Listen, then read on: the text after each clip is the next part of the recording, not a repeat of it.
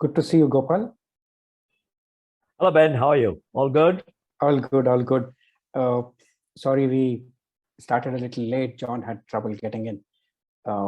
So apologies for starting 7 minutes late. Right. So it's always a pleasure to have you.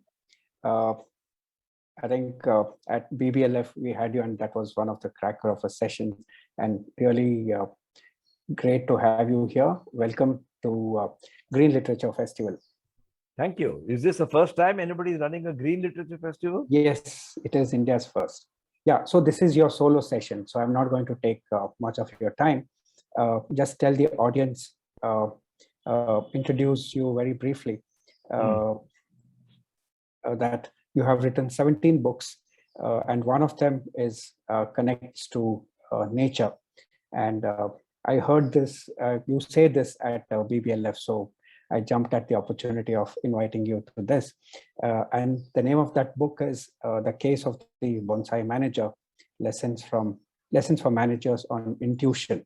I'll just read out the blurb that what the book is about so that the audience can connect with your talk later, which is that we have unfortunately been brought up by a pedagogy wherein softer aspects like intuition are either looked down upon or thought of as moonwash. I think it is about time we realize these aspects do not compete but complement science. The book helps clear some of that fog. So I leave the stage to you to tell us how we and businesses can learn from nature. Over to you, Gopal. Thank you, Ben. That's very kind of you. I was listening to the previous John Elkington conversation with Santosh, and it struck me. Why does mankind abuse nature? Mankind is all of us, by the way. Yeah. To the point that the bad effects on nature start posing an existential threat. I mean, nature is so gentle and caring. Nature teaches us so much. I first got interested in the subject of nature and its connection with business when I was already in business. I'm not a green finger or an insectologist or anything like that, entomologist. I was staying one night in Dandeli. For those who are not familiar, Dandeli is nestled in the Western Ghats on the northwestern part of Karnataka. And it's a forest rest house. And I heard some strange sounds of birds and animals and the whistle of the wind. And that got me interested, and I started, and that actually inspired me to base my very first book, which Benedict referred to, The Case of the Bonsai Manager, on the fact that there's a bonsai plant and managers can become like bonsai, very small, though carrying all the characteristics of a manager, and lessons on intuition from nature. So that's how I got interested. I have only 20 minutes. So I've been interested for 15 years. So you can imagine that I can speak for an hour and a half, but I shouldn't. I have only 20 minutes. So I have extracted my repertoire, simple things that all of you would have observed. As soon as I say it, you say, wow. Either you say, I knew something like that, or I did not know that. But lessons that I have drawn. Lesson number one, and I'll run through as many of them as I can. I have 6 in all, but I might not get beyond 3 or 4. You want me to stop in 20 minutes, leaving 10 minutes for questions. So I'm trying to finish the point. First, when you look at nature, nature has rules, but it very graciously accommodates exceptions. You know, Satyajit Ray's father, Sukumar Ray, wrote some seemingly nonsensical children's rhymes. When I was a young kid, I grew up in Calcutta. Those rhymes were called Abol Tabol. And in one particular sequence, I won't tell you the Bengali version, Akje Chilo Mojar De, Shobrokome Bhalo, Rati Rete Bejairo, Diner Chander Alo. I mugged it up when I was a kid. So it still is in my head. It said there was a wonderland, a wonderful land, good in every way. But there was sunshine in the night, and there was moonlight during the day. The fish flew in the air, while the birds swam in the waters. The entire sky was green and the tree leaves were blue. And it's called a bit of a nonsensical rhyme and very popular with us youngsters. Now, Sukumar Rai may not have known. He was trying to point out aberrations, which he is probably not even aware of. He just made it up for the amusement of children.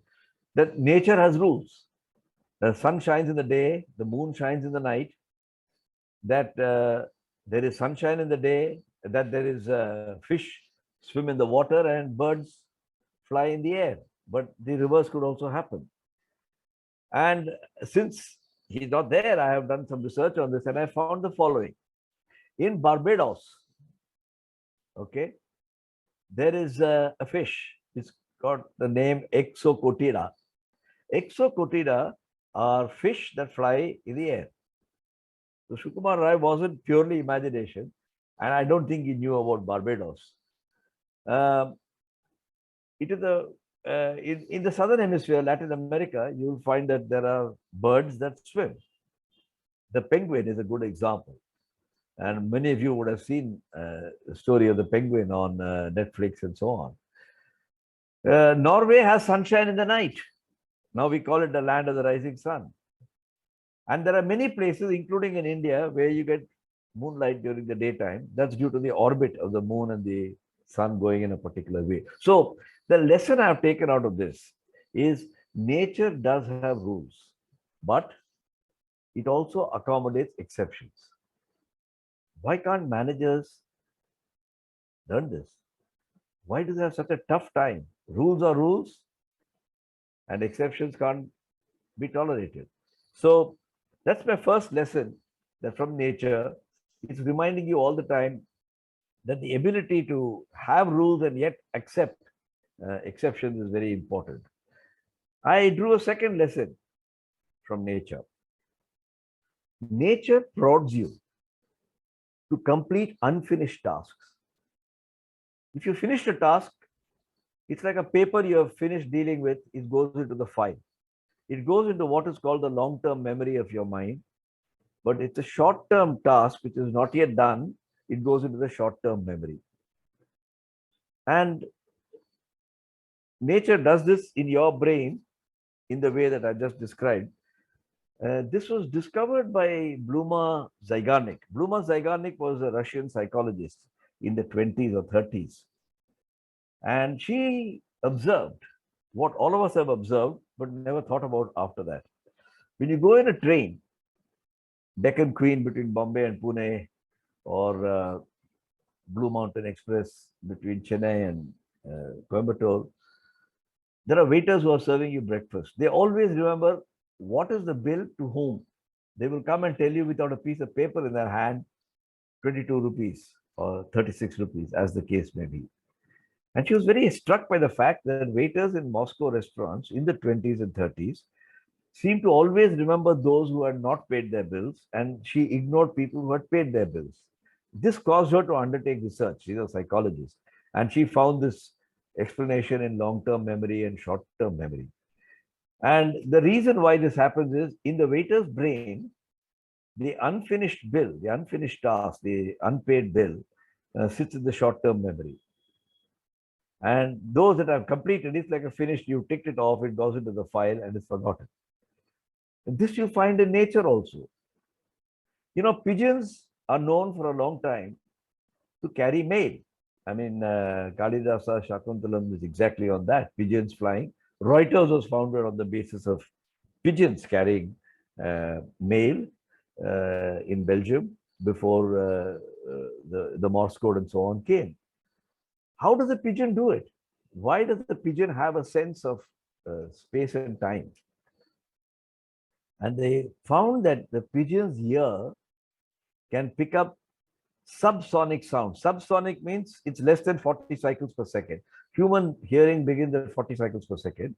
So if it's below 40 seconds, we call it subsonic. But for pigeons, that is centrally sonic. You know, it is the heart of their listening system. And that whenever the waves hit the ocean, it produces, the waves hit the shore, sorry, it produces subsonic sounds. So you and I can't hear those subsonic sounds, but pigeons can. And so by staying close to the coast, pigeons had a navigational device. By they could remember which way they came and which way they should return. So that was an interesting thing, and I've written about this in my book on the case of the bonsai manager, that listening to subsonic sounds enables pigeons to navigate. Remembering unfinished tasks enables us, human beings, to do unfinished tasks. So unfinished tasks are a very powerful force for managers to remember. It's like having a jot pad in your brain. And this is a second lesson that we must remember. Nature, and what's happening in climate change is nature is prodding you to complete your unfinished task. It has been ignored for some time. We found it a nuisance, as was mentioned a little while ago by John Elkington.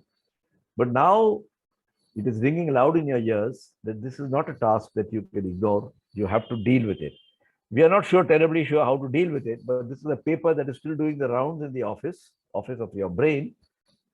But you're wondering what to do with it. The third lesson that I would like to share is if you observe nature, there is intense competitiveness among species to survive, amongst plants to get hold of nutrients from the soil. But while there is intense competitiveness, it is accompanied by great cooperation. This is something that you see all the time.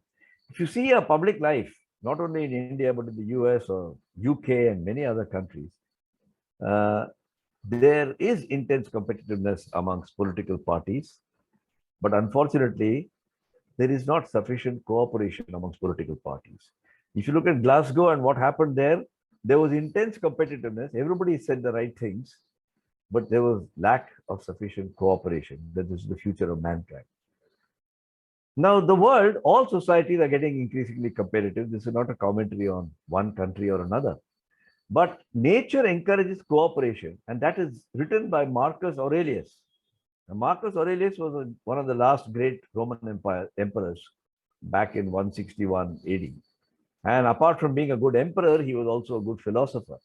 And he wrote in his book called Meditations, which is available as an audio book as well for those who would like to listen to it, that whatever you think about the nature of the world, I'll repeat it slowly, a bit like Nirmala Sitaraman.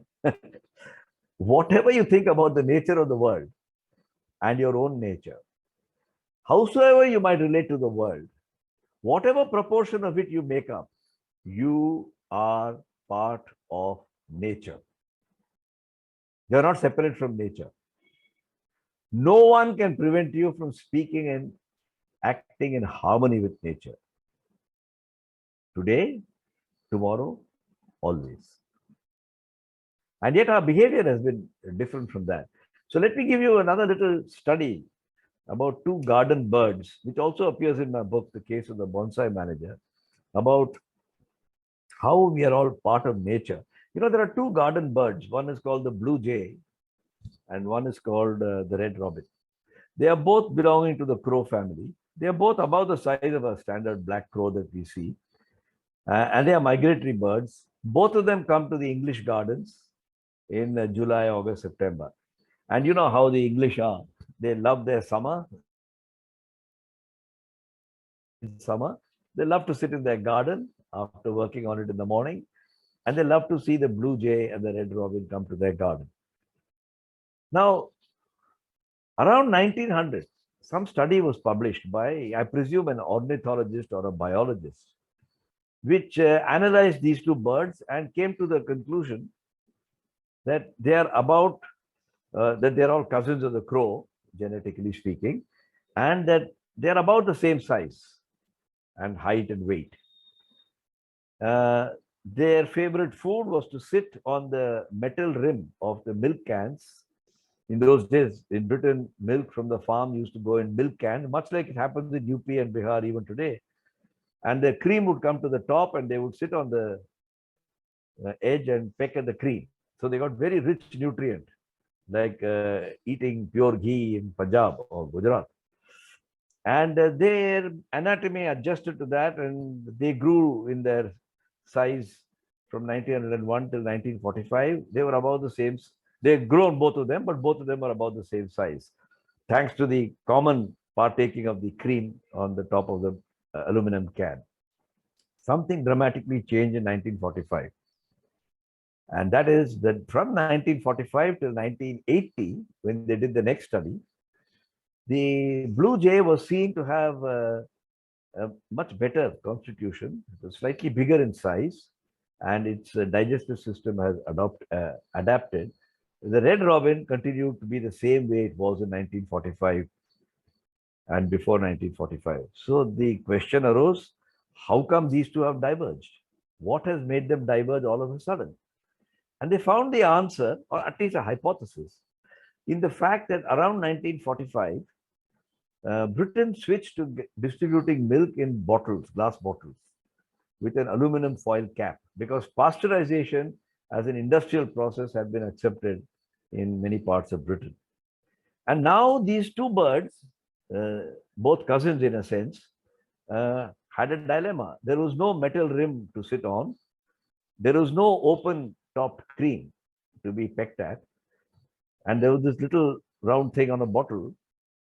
Now, the blue jay figured out as a community how to get to the cream. Hit your beak strongly against the metal foil.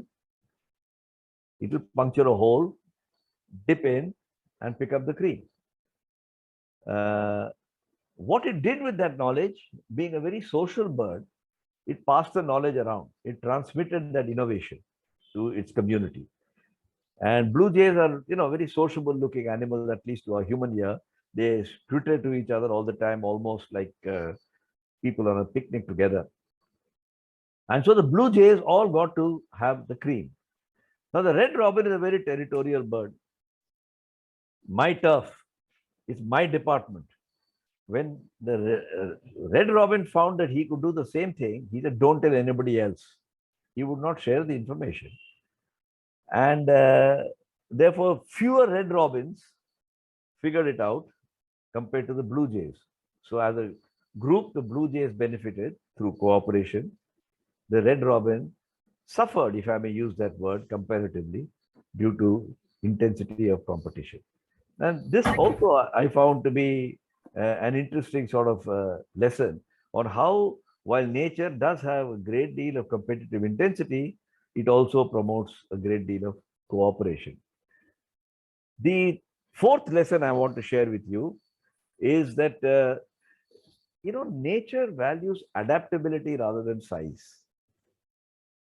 Business values size rather than adaptability. We do exactly the opposite in our business.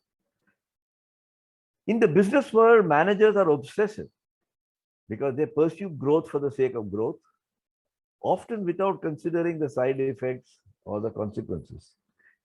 And we all know, because periodically there's a bust up, some big company collapses, that untrammeled growth ultimately inhibits adaptability.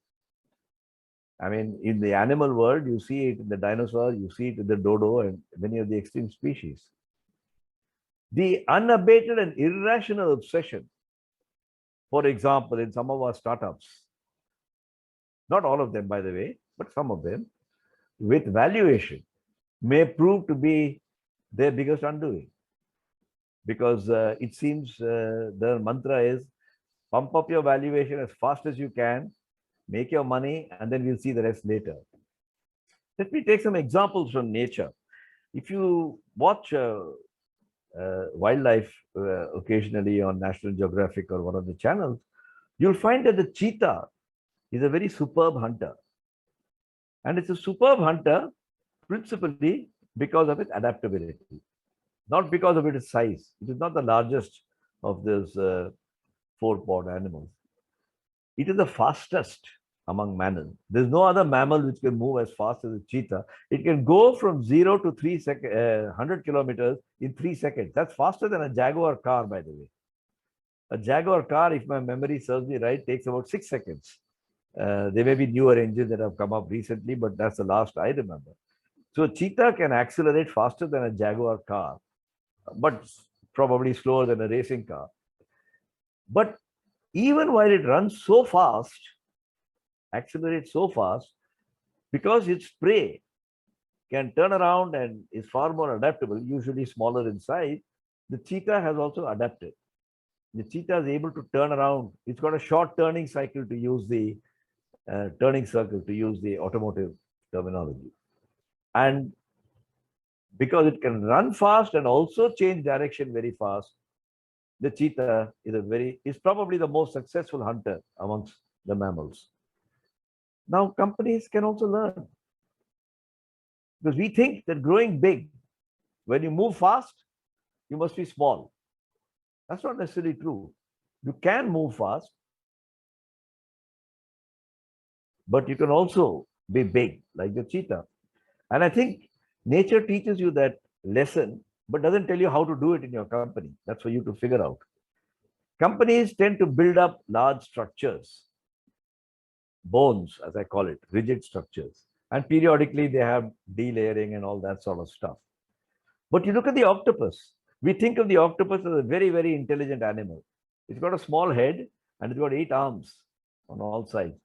But I didn't realize that none of the arms has any bone. All the 8 arms are pure muscle. Some are very, very solid muscle, some are flexible muscle. And as a result of this, the octopus can move its arms in some strange combinations, whereby it is able to do many things which surprise people. So that's the second example. And I want to close before I'll just finish the 5th and the 6th and then close.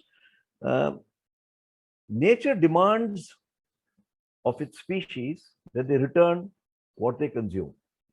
Nobody in the nature can take away more than he can return. Only amongst humans and in business and industry that's allowed. If you go to the heaths of Western Australia, they are barren sand flats, sparse in nutrients, yet it is host to 12,000 species of plants. It's as rich as a rainforest. You know why? Because the sparse nature of the soil has allowed only cooperative species of plants. And the uncooperative ones have been eliminated. It's like a company saying, I want competitive people, but I want team players first, competitiveness second. You want competitive people in your company, and you don't want them to be competitive. You want them to be competitive at an individual level, but collaborative as a team. You know, if you go to see a eucalyptus tree, all over the Nilgiris where I go, the eucalyptus trees are there. But I never found a hole at the base of the eucalyptus tree. When I go to Australia, I find a big hole at the bottom. And I said, why is this so? And I realized, or they told me, that there's an animal called a possum. A possum is like a big squirrel, you know. It comes and deposits. It's a shade. It's a place of shade for the possum. And in return for the shade from the tree, it leaves them some droppings, which gives them natural food. And the last of the lessons is that nature encourages continuous renewal of species. Continuous renewal. It's not once in a while that you renew. A tea bush is trimmed, you know, at periodic and planned intervals. Otherwise, it will become a tall tree. The freshness of fish is very important to Japanese. And so to keep the fish fresh when they are coming with catch from very far away, what the Japanese do is to put a little crayfish into the tank. And when you put a crayfish into the tank, it keeps the fish running around and the fish are very live and fresh. Now, I could go on and on. As you can see, I'm full of stories. I just want to close. How does all this translate into wisdom in a company? That we can learn from all this, we know, except that we don't learn from it. I was on the board of a company called Tata Chemicals, where for a long time, we were very interested to get mines where we could mine natural soda ash. Natural soda ash is, synthetic soda ash is taken from seawater. Natural soda ash appears as a deposit. You can just mine it. It is much less energy intensive. And we were very keen to get it because it would possibly be a green soda ash using less energy. Finally, we were invited by the government in Tanzania. They got a place called Lake Natron, and we were given the permission to prospect and explore. We had spent probably $5-10 million in that expenditure. The board was very keen. We thought it would be good for all the stakeholders. And then we stumbled onto something. Here are hard-boiled chemical engineers. They stumbled onto the fact there is something called a little flamingo, for whom Lake Natron is a nesting site. And of course, we were shattered because we had $10 million down the tube. But the board discussed it. Ratan Tata was the chairman of the board. And we said, we do not want to get green soda ash, natural soda ash, mined at the expense of the little flamingo. And we wrote off that amount of money and abandoned the project, much to the disappointment of the Tanzanian government. So as awareness of nature and how it connects with business is very helpful in bringing an earthy, natural common sense to business managers. And I'm using the opportunity of this session to just share a few lessons and one example from Tata, which gives you a sense that this is not up in the air, it is not intellectual talk, but something that can be actually applied. Thank you very much. I hope I've finished in my 20 minutes. Ben, if there are any comments or questions, I'm happy to take it. Otherwise, I've also finished on my time. That was truly inspiring and very interesting. I did post a question on the Tatas. I think the Tanzanian project kind of answered that. Since we started a little late, we can take one or two questions, and the audience can post their questions on the chat. So maybe one more example from the Tatas until somebody asks another question. Well, I don't know if you want only from Tatas or anywhere. Yeah, where it is helpful. You know, when I was in, this is not quite a, it's environment, social. You know, I'm going to take the S part of it. The first one was environment part of it. When I was in Levers, I was on the board of Hindustan Lever, and Assam was facing all the ULFA problems. And of course, like every other company, Hindustan Lever also said we are a company of people and so on and so forth. And a murder threat, an assassination threat came to the head of our estate there called Dumduma Estate, saying if you don't pay X, we will bump off you and your families. And we were in a dilemma what to do. Many businessmen whose names need not appear today decided it's easier to pay off and be done with it. But we debated for a very long time. What does it mean to be a social company and looking after employees? And to cut a long story short, in a very dramatic, you can make a movie out of it if somebody ever thought of it. We approached Delhi, went to the highest levels and collaborated, literally, no commercial company does this normally, with the army. And General Brar used to be the KS Brar of Golden Temple fame, used to be the GOC in Sea Eastern Command. And we airlifted all our employees and their families out of the tea estate without anybody knowing anything about it till the next morning. Oh, wow. And this could sort of compare with, in a small way. I hate making comparisons because people think you're disparaging one at the expense of the other. But I don't think any company has established it. So we didn't do it for social credentials, by the way. I'm saying we did it because we felt that was the right thing to do in our ESG policy, the social part of it. So that's a second example. There's a question there you would like to take, Gopal, on ecosystem and startups. What is the Parikshit? I can't read the question. Is that from Parikshit? Yeah. Can you read the question for me? On the topic of startups, competitive intensity and growth at any cost, along with obsession with only the customer, is posing a threat to the entire ecosystem, such as gig workers impacted by exploitative practices of platform and new age companies. What are your thoughts? You know, I would not tar everybody with the same brush. There are startups and startups. And I can, 30 years ago, Infosys was a startup. And Make My Trip was a startup. You did write a book on what startups can learn from elders. From elders, I did. One of the important lessons in that, since you referred to the book, Wisdom for Startups from Grown-ups, is that you must be in harmony with your environment. If you look at how Tata's grew over 150 years, how Unilever grew for 150 years, at all stages, they were trying to keep, they're not perfect companies, by the way, but they were trying to keep harmony with their environment. I gave you a small example of Tanzania, but long before this, from Jamshedji Tata's time, Dorabji Tata's time, hydroelectric projects in the Western Ghats, they were very sensitive to it. There are many startups which seem obsessive, but there are some startups which seem solid. And I would hope that, like it happens in nature, the solid ones who have a good business philosophy, a strong sense of identity and harmony will outsurvive the dramatic ones. So do you want to be a first valuation IPO wonder? Because you'll be forgotten after some years. How many IT companies also tried to go public with Infosys around that time, late 90s, early 2000s? You don't remember their names. You remember Infosys, you remember Wipro. And so I think nature will sort them out. I think the important thing is, as an entrepreneur, as a business person, if you come in with the philosophy that you have to make the quickest buck in the fastest time and the largest buck in the fastest time, you'll get one outcome. If you come in saying, I'm here for customer centricity and making a small contribution to changing the way society operates, you get a different outcome. Do you want to create an Infosys or do you want to create a housing.com? You decide.